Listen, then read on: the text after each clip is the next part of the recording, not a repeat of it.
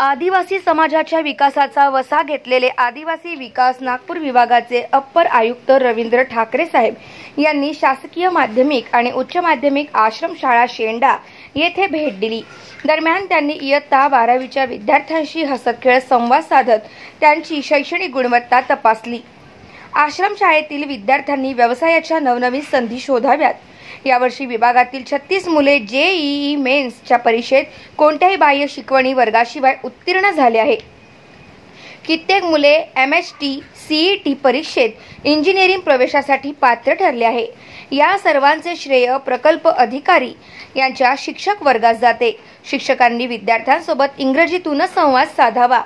मागील वर्षीप्रमाणे नीट आणि JEE चे वर्ग नियमितपणे सुरू ठेवावेत। आश्रमशाळेतील मुलांना बोलके करावे। विद्यार्थ्यांचा NTA CLET scholarship Navodaya MTS परीक्षेत बसण्याचा आणि उत्तीर्ण होण्याचा टक्का वाढला पाहिजे। भविष्यवेधी शिक्षण पद्धतीने विद्यार्थ्यांना शिकवले पाहिजे।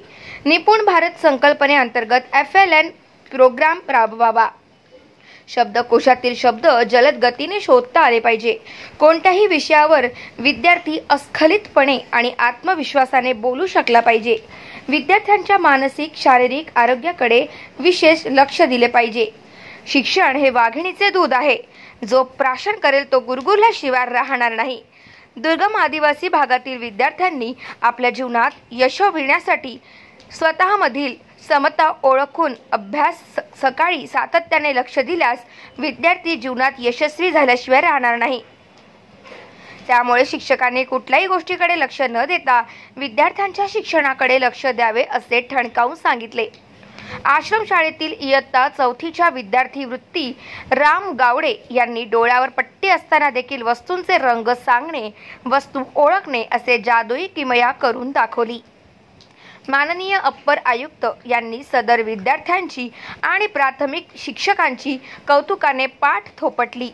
या भेटी दरम्यान रवींद्र ठाकरे साहेब, अप्पर आयुक्त आदिवासी विकास विभाग नागपूर, उमेद काशीसर प्रकल्प अधिकारी आदिवासी विकास विभाग प्रकल्प कार्यालय देवरी, गंगाधरजी परशुरामकर, माजी जिल्हा परिषद सदस्य गोंदिया, SD गोटमवार, मुख्याध्यापक आश्रमशाळा शेंडा, चंद्रमुनी बनसोड पत्रकार उपस्थित होते। गाव माझा न्यूज करिता चंद्रमुनी बनसोड, गाव माझा न्यूज, सडक अर्जुनी, गोंदिया।